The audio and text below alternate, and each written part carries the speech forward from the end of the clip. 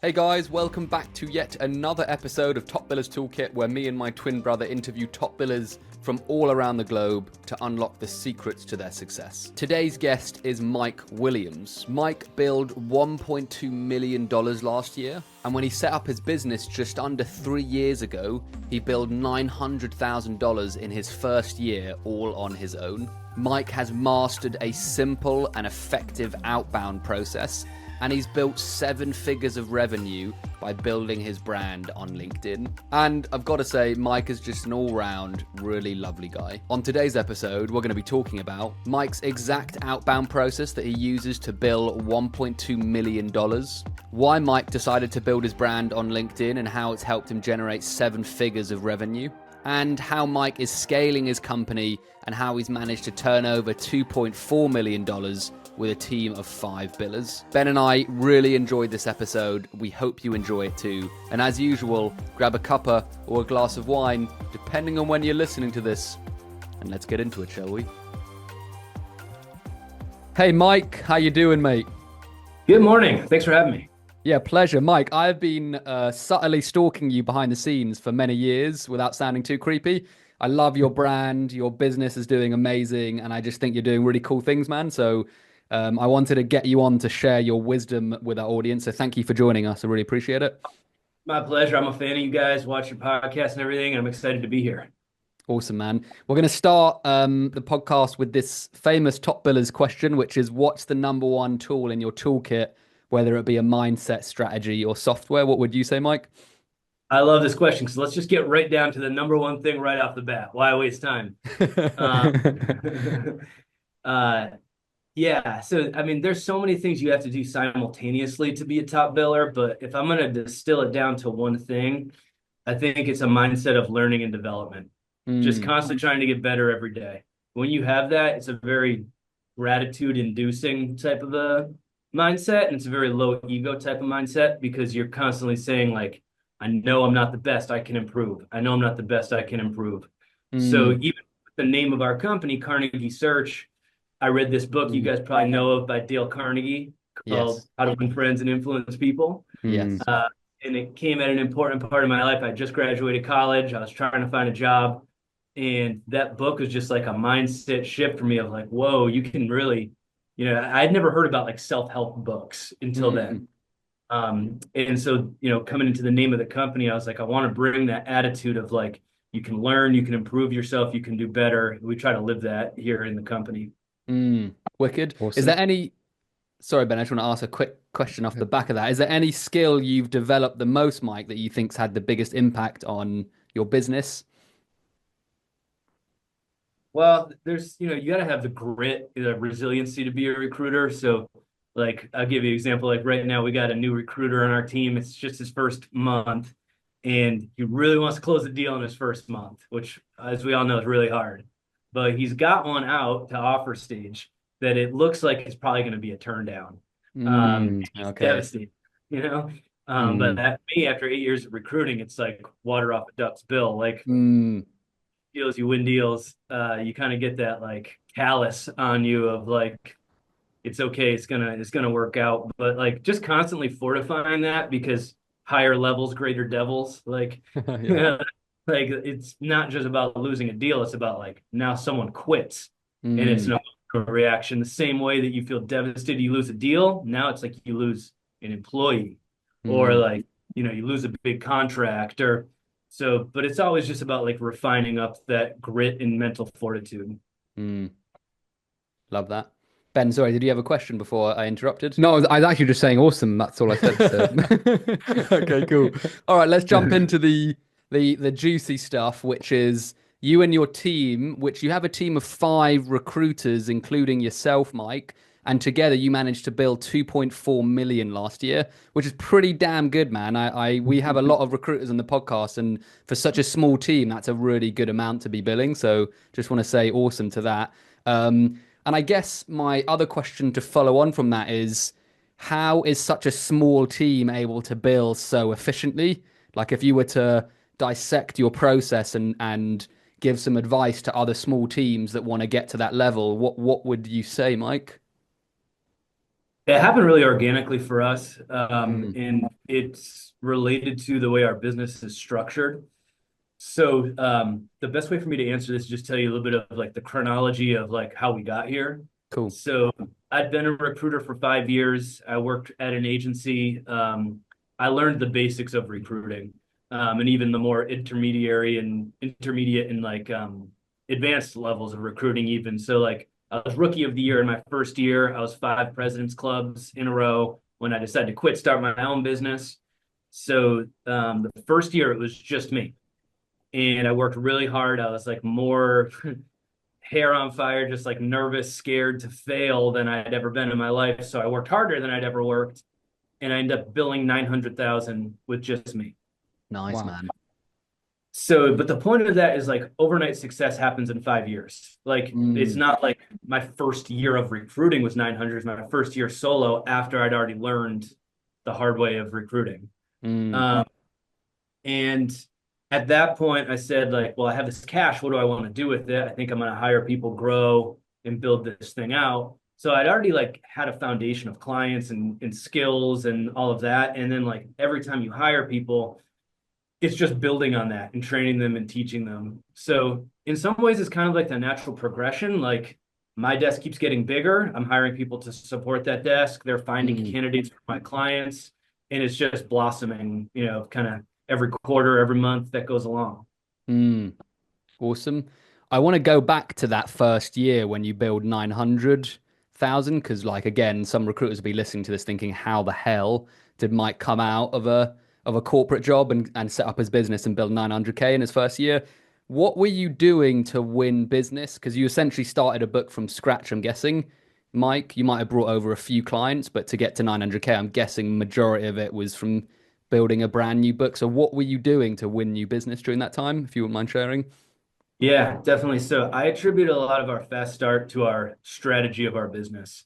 Mm, There's obviously tactics and like we could talk about like how to make a cold call, overcome an objection, how to differentiate, but a lot of people just kind of overlook the strategy. And it's critically important. So like what I mean by that is when I was in agency, I worked at a company that was just like in my hometown. And my hometown was like not a hot market. It was 2.5 hours west of Boston and an hour north of Hartford. Small, like rural area. So you can imagine like it wasn't a ton of fast growing companies. It was just who was in my backyard. mm, The company I worked for all did temp. I was actually the first ever perm hire in that territory. And they were under their belief was perm wouldn't survive in that territory because there wasn't enough market for it. But a new VP came in and he was like, well, hey, every other office has perm. Let's hire perm for that office. And so they gave me the job. Me being kind of blissfully ignorant, like had no idea how hard it was going to be to set up perm in an office that was ice cold. mm. So that was hard. I can uh, imagine. on top of that, they were temp for accounting and finance, and there wasn't much accounting and finance of a market for. They were right about that. Like there wasn't much accounting and finance market on perm in Western Massachusetts. Mm, It was a rural area. What there was a lot of was manufacturing. mm. So I made a deal or two as like with an accountant or a senior accountant, and then I was like talking to my clients like, "What can you use me for next?" And they're like, "We can't use you for anything unless you can find me a manufacturing engineer." Interesting. So obviously, me, I'm like, I can find you manufacturing engineers. I do that all the time. Knew what it was. But one thing led to another, and I started to learn that that market was viable in that area. So actually, one day my boss's boss called me, and she's like, "I don't know what you're doing with this engineering stuff, but it's gonna fail. And if it fails, then we're gonna let you go. You got to call an What? accountant." Oh my I was That's God. crazy. and I Not was even like, like good luck and like do well. It's Yeah. like if you fail, you're gone. That's crazy. it was literally like, "You're no." It's not even like if it was like you're gonna fail. Like Oh that's not shit. what we do. What? That's crazy. Because like there's probably 500 recruiters in the company, and they all did accounting and finance. Wow. That's But crazy. I knew I was going to fail if I did accounting and finance in Western Mass because I knew it wasn't there. No one else's boots on the Mm. ground there. So I kept doing it, and it worked. Wow. Did you ever go back to that lady and stuff it in her face? Or man, I can't remember what you said, but did you ever get that Nah, opportunity or? Not until the day I quit, Okay. So which was pretty sweet. just to confirm, But Mike, this, you chase. Oh, yeah. sorry, mate. No, go ahead. What were you going to say? But let me just so yeah, because sorry, like it does tie into our first year of our business because like the point of it was like I had a strategy that made sense. Like I was calling on the Mm, right people in the right territory. So I learned that like that's critically important. And so then when I set up this business, I said, I'm gonna pick the hottest city in the country for my niche. And I did mm. a ton of research. Like for 6 months before I started the business, I was like visiting cities. I was looking at cities' growth rate, population growth rate. I was looking at Wow. manufacturing activity, new plants that went up. Very similar to way like a private equity company would choose to invest in a business. I Mm, did. So then when interesting. I set up here in Charlotte, this market was going like blistering hot for manufacturing. And Wow. so it was just much, much easier knowing what I already knew of tactics to make the strategy work in this market. That's so Really clever. fascinating. Yeah. Really I've clever. never heard that before. Like people starting off and doing that much heavy research on the niche you're about to go, and even to the point where you're visiting different cities. That's crazy, man.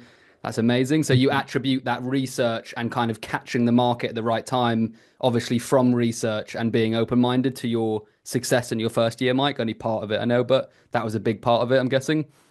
Huge part of it. So like Mm, if I was doing it over or like for people to ask me like, hey, I want to like get off to a fast start too. Like it's the two things that one, I'd already been a 5 year President's Club recruiter. Like I knew the how to recruit, but then mm, I picked the right strategy on top of it. mm. So that's what I think it takes to kind of hit the ground running that fast in your first year. Awesome. I'm going to jump in now, Sam, if you don't mind. Yeah, of course, go ahead. That's really interesting, Mike. So, can we go down into, let's go a little bit more granular and let's say, so I understand you had the experience, you had the strategy, you were in the right market at the right time, in the right place. How did you get your foot through the door? Was that quite simple, or did you have to like, was it specking in CVs? Was it just cold calling and handle? Like, how did you actually get that conversation started with net new businesses once you started, started doing BD? Yeah, I mean, we definitely do a ton of cold call and specking and resumes and everything, but honestly, I think even before that is like, so number one is the strategy, and then I think number two is the marketing and niche positioning. Mm, Um, and this is like why I think this is a tough question because people always want to know like, how do you get clients? Like, and what they're really saying is like, tell me what to say and I will say it. No magic phrase. Like there's no open sesame, like here's the clients. Um, I was at a conference last week and we were all talking about how it was a group of guys were all talking about how we met our wives. And it mm, was like one guy bumped into her at a bar, another guy it was his sister's friend. Like, and it was like if same thing, like if you ask me like, hey, I'm single, I want to meet someone, what do I say? Just tell me what to say and I'll say it. It doesn't work that way. mm, yeah. Like there has to be a little magic alchemy like that makes a relationship start. And so that's why like even before I talk about what are the tactics, I'll be like, what is your strategy? And then what is your marketing and your niche positioning? So that was like the next thing we did. I was like, I'm going all in on this manufacturing niche to the point where like all my website is manufacturing, all of my LinkedIn is manufacturing. My LinkedIn content started off being a lot of just manufacturing. Every time I get someone on the phone, my pitch is more like, hey, I'm Mike. I'm a manufacturing and engineering recruiter. We're 100% manufacturing and engineering. In fact, Mm, we get offered searches in accounting or legal. We turn them down because it's hard mm, enough to be world class at one thing, and we want to be the mm, best of the best at this. mm, Um, so that marketing piece of it was really critical too, because then you position yourself as the market leader. Mm. mm, So I'm gonna so I in my mind that makes perfect sense, Mike. But I guarantee you there's gonna be like I don't know 100 other manufacturing recruiters that didn't have the same success as you. So what were you doing differently apart from that marketing and positioning? Was it I know you're prolific on LinkedIn now. So was it that like what were you doing differently? Do you think as well as the marketing and position? Do you think? Yeah, so like once you have all those things in place now, or like really like what is your tactic? Like how do you differentiate? How are you the best of the best? You're gonna win some business just for being in the right place at the right time with the right niche. So like that's Hmm. a huge head start. Uh, but then like what I like to do is we're very obviously relationship driven, and I'm a very in person and on the phone type of person. So we blend the old school with the new school of like new school to me is like digital marketing and emails and all that. But like I want to get you on the phone right away, and then I want to get you out to lunch, dinner, like sending our clients gifts, Nice. excuse me, that kind of stuff. I think that when we started the business, it was right after COVID, so there was almost like a demand in a way for in-person relationships. Like the same way there was pent-up demand for just hiring and everything else, there was pent-up demand for just like shaking someone's hand and hanging out. That's interesting. And so we took advantage of that. Pretty Interesting. cool. Sorry, I'm gonna keep digging, Mike, a little bit. I hope you don't mind. Yeah. Push back and tell me to shut up if I'm going too much. But No, I love this. and you're giving us great stuff, by the way. So thank you. This is really interesting. So I kind of got that, and so I guess you said it's a mix between digital marketing, new school, and old school. Can you give me an example of maybe just one of the ways that one of the most successful ways that you've managed to get your book that meeting, that in-face meeting? Did you literally like just give them was it a cold call and introducing yourself? If there was someone just watching this and they wanted just a little nugget of something tangible, could you give us something, do you think? Yeah, no, I mean, I'll tell you our exact pitch. Oh, awesome. But I really just don't think that it's like the problem isn't as much of like getting a bite on a lead. It's about like, how do you turn that bite into one of your best clients? Like we all have a pipeline of clients if you've been in this long enough, and like some of them call you back with 15 orders, and others it's like one and done and you never hear from them again. So like we're constantly like, how do we turn that one client into our repeat business? And then I'm off the hamster wheel of constant biz dev. I'm just like filling orders, right? So like that's good. But I mean, some of our first clients that we land would be cold call. Hey, I'm Mike. I'm an engineering recruiter in like MPC method. Like I got a really good quality engineer with 7 years experience, certified quality engineer living right in the same town as you. Would you be up for checking out his resume? Cool. Just like jump right into it. And like knowing your niche, knowing that quality engineers are really hard to find is, you know, a good thing to MPC. I'm trying to MPC the hardest to find thing. Cool. It That's also really like Go ahead, for Mike. us, level of position that we fill is like usually like engineer with like 5 to 8 years experience. And there's usually like in a manufacturing plant, like 5, 10, maybe 12 people at that level. And they're constantly being promoted, fired, quit, whatever. So like you fill one, then there's repeatability of that search. So like if you can get that, like, obviously it's hard, right? Like you make a cold call like that 100 times a day, or like say it's even 30 times a day, you're probably going to get 30 no's most days. But like if you get one yes and you just stick with it, then you're in at that level of a position that has high repeatability, and you're the guy who fills that job. Every time someone is quitting, relocating, whatever, like I can fill 5, 7, 10 quality engineers or you know, individual contributor engineers with one company. Whereas if I was filling a CFO search, it's like one time, hopefully every 5 or 10 years that they need a CFO. Makes sense. It's subtle, but I think the fact that you knew your niche like the back of your hand and knew that there was a demand for a certain candidate and then went in and pitched that, I think that is really powerful, and I think people should know that. So you're playing it down, Mike, but I think that's a really useful strategy. So was that like 80 to 90% of your success, do you think? Which was like, I know which candidates they need. I'm going to go straight in and pitch them on the phone and hopefully get a bite. Would you say that would be like 50%, 80%, 90%? What's your thoughts, Mike? Yeah. So like my biz dev go to market strategy has always been just all MPC pitching someone. Really interesting. Cool. For our outbound anyways, we generate inbound from the LinkedIn and other stuff we can talk about too, but cold call MPC, follow up with an email, and then follow up with that with a LinkedIn connection request. That's how we generated the biz.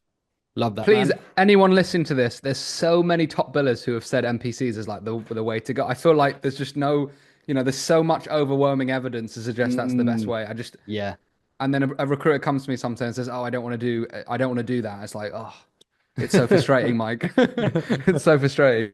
Sorry, I Sometimes just kind of like, hijacked that. We're like, oh, I've been doing this for 7 years. Like, I don't have to make NPC calls anymore. That's like a rookie thing to do. But like, if it works, I'm doing it. That's what I'm saying. I think people need to. I think this is the problem nowadays. People need to remove the emotion and just do what works. That's the most important thing. Is just do what works. And if 5 top billers or 10 top billers are saying NPCs, then that's what you need to do.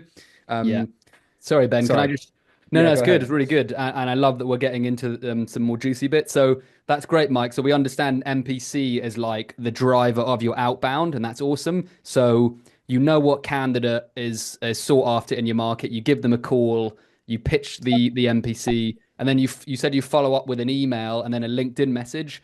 When do you follow up with the email, and when do you follow up with the LinkedIn message, and what do you say in those emails and LinkedIn messages? Out of interest, is it similar to the phone pitch? Yeah, very much. And we don't really like have an exact cadence. We probably should, but Cool. we'll call, leave the voicemail, and then we'll email right then. So like Cool. all those three right at once. Then like if we're doing it, if I was creating the cadence right now, that what I think is the best way is like LinkedIn connection maybe the next day or the day after that. I don't like to do the connection message because it feels so salesy to me. I like to wait for them to connect back, and then after that be like, thanks for connecting. I'm a recruiter. I got this candidate. Is there anything you might like?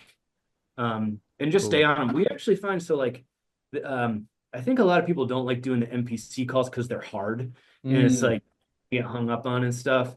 But more often than not, they don't answer, and then they hear your message though, and then they respond to your email or your LinkedIn message. interesting. I think it's because you've gotten their attention, like they know you're not automation because you're a voice, an actual voice. Mm, Uh, so yeah, you don't even have to like be scared that like, oh no, they're gonna answer and be mean or what. Like you might just leave a voicemail and then that directs them to the email. interesting. So it's really about having multiple touch points with the same message because that you might not catch them on the phone, but they'll read the email. They might not read the email, or they might, but the LinkedIn message will bring them up. At what point do they usually respond? Is it typically an email, Mike? Is that where most of them respond, or is it on the phone or LinkedIn message?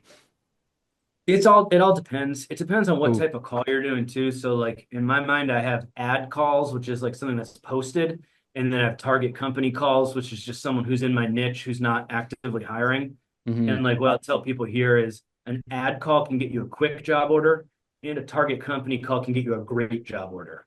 Mm, Because it's posted, there's probably other agencies on it. Some knucklehead is charging 15% and we want 25 or 30, and they're like, I got another agency doing it for 15. It's really hard to get them to go up on price. Multi-listed, they have other candidates already sent out, but they're posting it, so they probably really need someone. And like for recruiters I'm training here, it's like, well, we need to fill up your pipeline, so get a few that are multi-listed. It's fine, like spray and pray, but I would rather you calling on presidents and vice presidents of companies who are not posting it. And although it's going to probably take you 5 times more calls to get a yes, when you do get a yes, they're not working with anyone. It's probably not even posted. It's just a job they so happen to know about. 25 or 30%. They're not working with other agencies right now, so they don't have anything to benchmark it against, and you can get mm, exclusive. Interesting. I love that. So it is more upfront work, but there's a much bigger payoff, isn't there, from doing it that way, which is interesting. I feel like it will be silly not to talk about your LinkedIn journey, Mike, because you are like, I love your content. You get a ton of traction. I'm really interested in one, why you decided to start doing it, because you could probably still do. I'm guessing you could still make a ton of money without LinkedIn. And then two, what difference you found it's actually made to your business, if any. Maybe you could go down that. We could go down that route for a little bit. Yeah. I'm trying to think back why I started, but it was probably like just an ego, like like recruiters like us, like we love the spotlight and like being number one on the whatever billers list. And so like when I first started the business, that was when I started posting. um because I don't know, I think when I worked for an agency, I was like, I'd be afraid to say what I really felt because I didn't know if Mm, like I was speaking for the company, which I obviously wasn't, and then like mm, I got in trouble or something. So mm, it just like really never even occurred to me to do it until I started off on my own. mm. And then like I'm in the first year of my business. I had I left everything I ever known behind, all my friends, family, took my, Wow. me and my wife, and like this was not her dream. Like to go move and start a business. Like she wanted to buy the house next to her parents and have kids and like hey, they can run across the street and like be with their grandparents. And I was like, let's move across the country and start a business. Wow. Like the level of desperation to succeed was quite high Mm. because I was like, I'm not going home with my tail between my legs.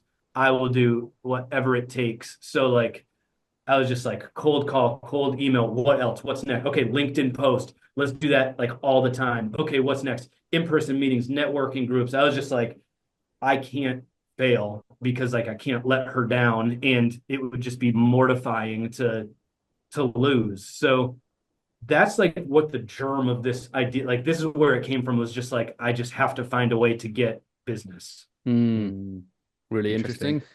And now, so you initially did it probably out of just not wanting to fail. And what's the journey been like, and what difference is it actually making, do you think, to your business at the moment? Have you noticed it made a difference to calling? Have you had more inbound? Like, what difference has it made tangibly, do you think? It's enormous. It's crazy how much it actually does.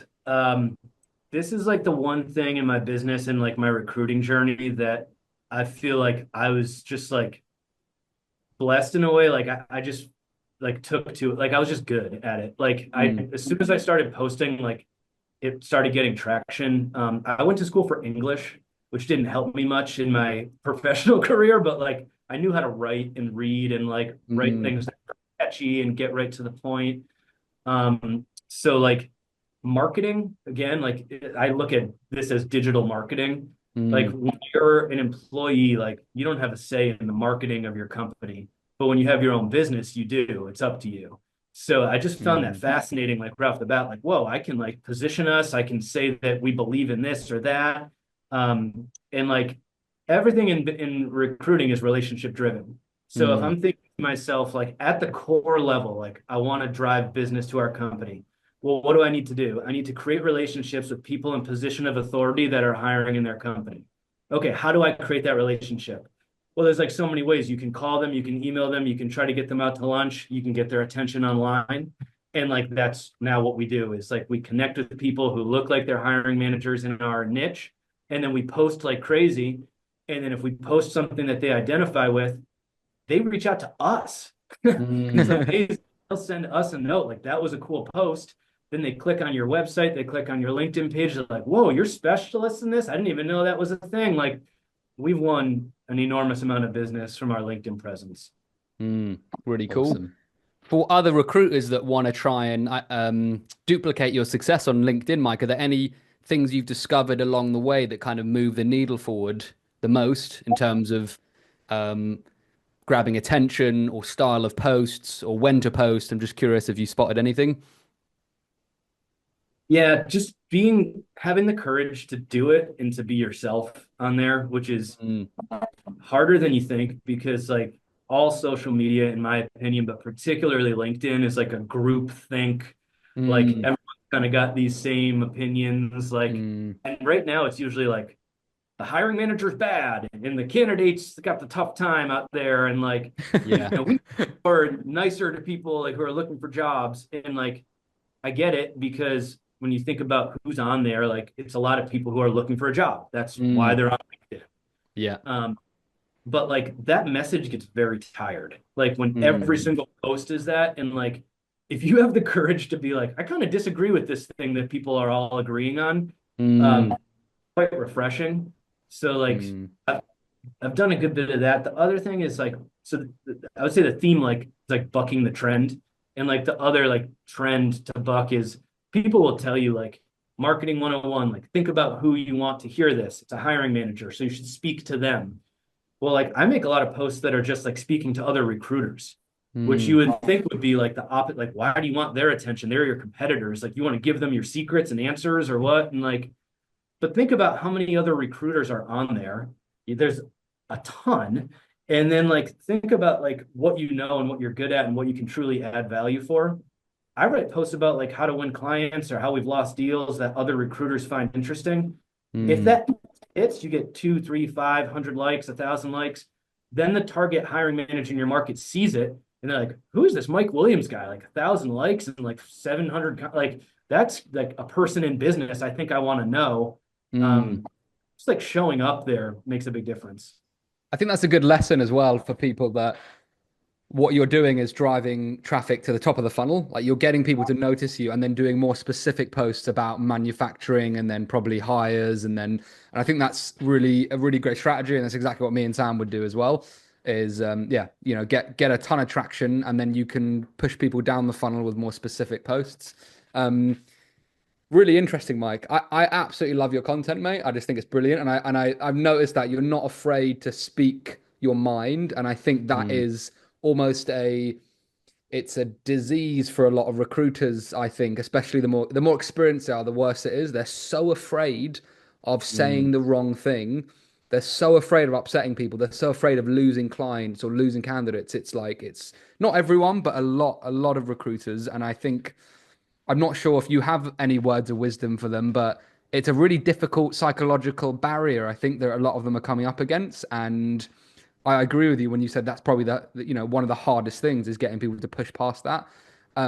Did you ever struggle? Like, did you ever have doubt, or did you just go straight in with like absolute confidence? Oh, I definitely had doubt. I mean, it's kind of terrifying. Like I've been doing the LinkedIn thing since I started the business, so 3 years now. So I'm pretty used to it. Like, but I'll write posts that get scorched. Like just like me, us too. like, Yeah, same here. like, I have to delete and block quite a few people. Like, boop. like 50 likes, 300 comments. Like, yeah. oh no, like this is not good.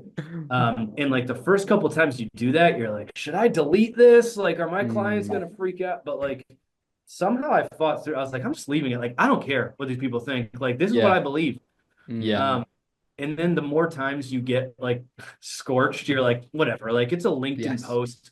This is gonna come and go. Literally tomorrow, no one's gonna care about it. Yeah, 100%. And I'm guessing nothing bad has ever happened off a scorched post, Mike. It's just been like one post that's done, gotten a few maybe different responses, but then they forget it the next day. Am I right in saying that? I've gotten like in-mails of like, you're a dirtbag. But I mean, that's the extent.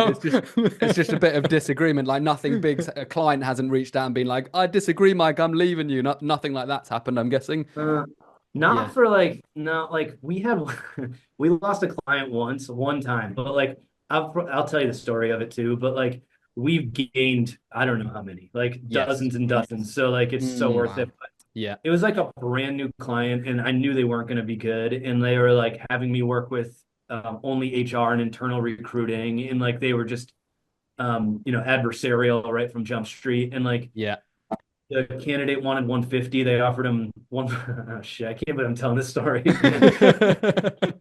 I'm definitely not going to win their business back, but the candidate wanted 150. They offered 145. Candidate was like, I really want this job, but like it's 150 or nothing. And I was like, guys, can you kick in the 5 more? And they were like, nope, 145. I remember that post. That was brilliant. That absolutely popped off, didn't it? That got so much traction. If I'm not mistaken, it did really well. Viral. And then they messaged. They're not. Oh my God. But as you say, you've won dozens. Like, if you could put, if you feel comfortable saying this, how much would you say you've won from LinkedIn, like off the back of your posting? Do you think, like roughly, finger in the air figure? 7 figures. Wow. I mean, that's insane. Crazy, that's insane. Like any recruiter listen to this, please stop posting.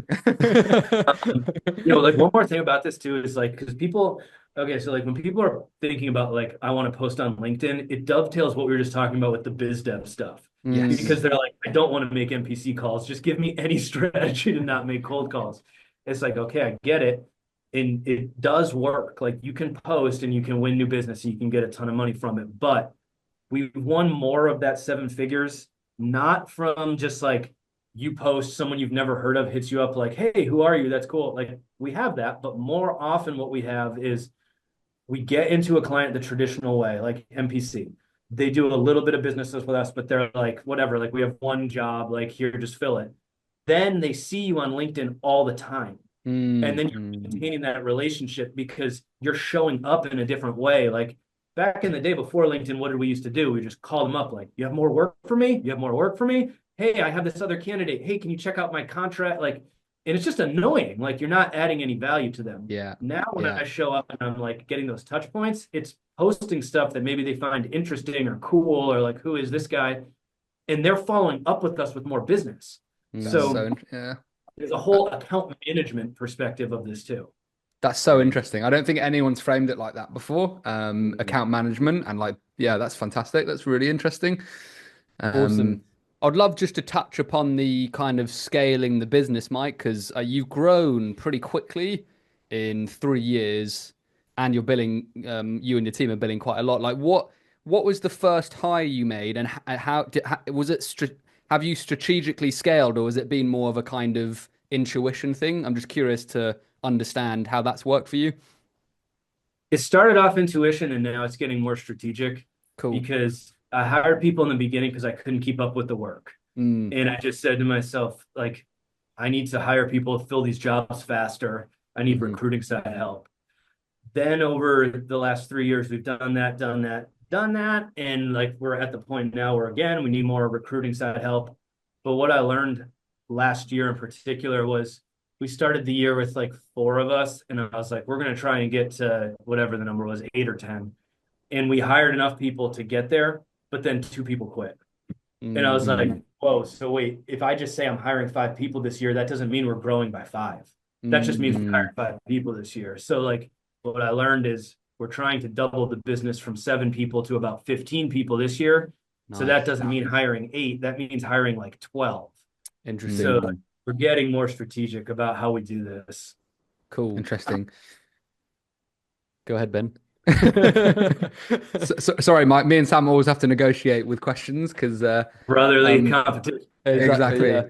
I'm curious because I saw a really cool post. One of your consultants made quite a lot of money in 1 month. I can't remember, but you were like, I think he's a top biller in your firm. He must be. And he went home with like, I can't remember what the figure was, but he went home with like a lot of money for 1 month. Do you remember what post I'm talking about? Yeah. So this is Yes. Isaac from our team. He was the first guy who I hired. I Awesome. got so lucky to find him. We're just like perfect culture match. He's a leader in this business. He helps me, with so much. And so that was a very lucky thing that happened. Is like if you nail the first one, now you're starting to build a culture that attracts people of like, this is what we're about, not just this is what we're about or like the owner's about or whatever. But that's a true story. So he had a few good months in a row. He had a couple clients pay late and a couple pay early, so they all paid on the same paycheck. And he had a $52,000 paycheck. Crazy, Amazing. man. In God, 1 month. That's so cool. Crazy. 22 years old. Crazy. You could buy a house 22. that month. Oh my That's so God. crazy. That's mad. Yeah, what a great I'm post. like- I absolutely love that. I was like, wow, that's awesome, man. I'm like 34 and married with kids, and I'm like jealous of this guy. He's like buying a car and like takes the money. Oh, like, 22. If I was 22 and I had a 52K, I would like That'd be absolutely- dangerous for me. I would, Yeah. God, I'm glad I didn't make that much money. That I would just have gone absolutely mental. Did you have a question off the back of that, Ben, or did you just want to? Yeah, well, I was gonna say he kind of answered it. I was interested on your kind of methodology because I think everyone wants to attract like the best performers, and this guy Isaac sounds like a top performer. But what you said was really interesting, which I didn't think of, which is hire your first hire, make sure they're a top performer, and then it builds a culture of other top performers want to be around more top performers, right? Is that your kind of thinking, Mike, around that in terms of hiring? Yeah, and we're still trying to do that because like now I'm like, hey, if we can get 10, like they're all kind of cut from the same cloth, then maybe we'll create like a magnet. But the truth is, it's a little easier to make your first one be successful because they get so much of your one-on-one time. And like as you start to grow and scale, like you can't give anyone that much individual time. But like before you're making your first hire, know that and be picky because like they're gonna get all of you until you get the next person in there. The other thing is like some of our business model. So we're doing this thing called hybrid rainmaker, which what we do is like when someone starts with us, usually they're right out of college, no experience, they don't know what they're doing. This business is super hard. A lot of people quit. So I want them to get quick wins and I want them to contribute to the company. So what I have them do for their first month or two is they just make this one call on the candidate side over and over where they say, hi, my name's Isaac. I'm a recruiter. I see that you're a mechanical engineer and I've got a mechanical engineering job open right here in Charlotte. Would you be open to hear about it? If they say yes, then they go, awesome. When could you talk to my boss, Mike Williams? He's available later today or tomorrow. Clever. So clever, Very man. good. Very good. Yeah. You can teach someone how to do that pretty quick. And like then all of a sudden they're filling up your calendar with interviews, which is what you need. And then you're filling those jobs and you're like, whoa, you just closed your first deal. It's not a full side deal, but it's a deal. And they start to feel like, man, maybe I can do this. Clever, really clever. Very simple, but yeah, that's a really They get smoked and they quit, you know? What is Yeah, the what of the I mean you kind of just described it, but what change have you seen in people since you start do you start everyone off at the 90 degree? Every new person starts at a 90 degree, Mike? Unless they come in with experience, which we've hired a couple experienced recruiters now, and it's like there's no need. Like we hired one girl from direct competitor, and like she's awesome, but she'd already run a full desk and build 300 something. So like I'm not gonna ask Yeah, her of to do course. that. Yeah, but what differences have you seen since you started people off at the 90 degree? Like just I know you mentioned a few of them, but is there anything else that you've seen? Like not throwing them into the deep end and starting them off slow? So I think it's good and bad. Like what I like about it is you can like train them and have them feeling confident and successful. But like the tough side is it takes longer to figure out if they're really built for this. Interesting. I had a guy last year who was a good biller for us. He billed 185,000 in his first 9 months, Wow. and he'd never done recruiting before. So, Wow. but then Impressive. in his 10th month he built zero. In his 11th month he built zero, and halfway through his 12th month he was at zero, and he quit. Wow. And I was telling him every step of the way, I was like, man, you just started off so hot, like just hang in there. I have full confidence in you. But he second guessed himself and he quit, which is really kind of foolish because he was going to turn it around. That's Wow. crazy. Wow. The problem is like he had never built up that like resiliency to have failed early. So you got What a shame. He sounds like he's an absolute star. That's such a shame. I was bummed out. God, that must have been an absolute. You must have been absolutely. You must have been so frustrated watching that because you're like, oh my God, you're like 3 feet from gold. Like he's just closed a ridiculous amount in his first year. Wow. Yeah. It So sucks, right? I'm not trying to rub it in, Mike. I'm just kind of vocalizing it. Sorry. It sounds like that, but Well, it shows It you, does suck. and this is why every top biller comes on the podcast and says mindset is the most important thing, isn't it? Because like you could be billing like 1 million in 6 months, but then if you don't have the mindset and you just give up because it gets a bit too tough, then it means very little. So yeah, man, completely. Hard. Yeah, it's a hard profession, man. It is.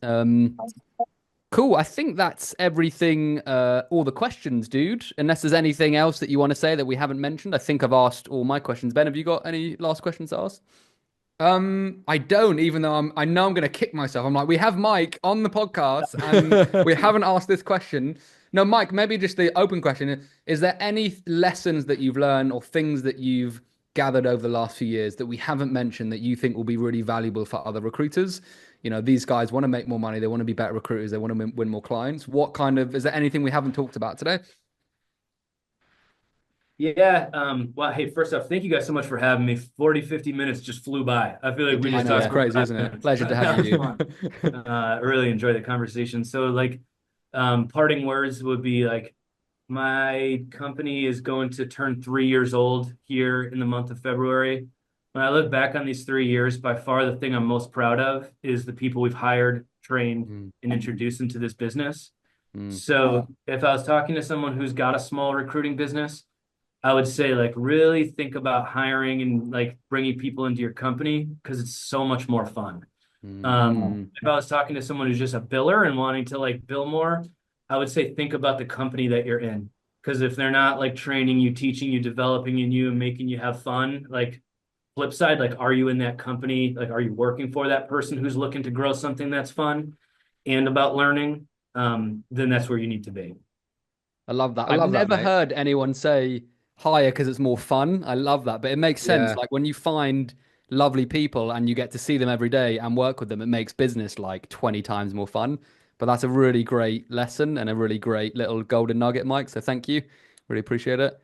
And thank you for coming today, bro. It was an absolute pleasure to have you on. Lots of wisdom. Really appreciate your time. So much fun. Thank you guys. Hey guys, thanks for tuning in to this episode. If you enjoyed it, please don't forget to subscribe on YouTube and Spotify. Tune in for another episode next week, and we look forward to seeing you again very soon. Peace and love.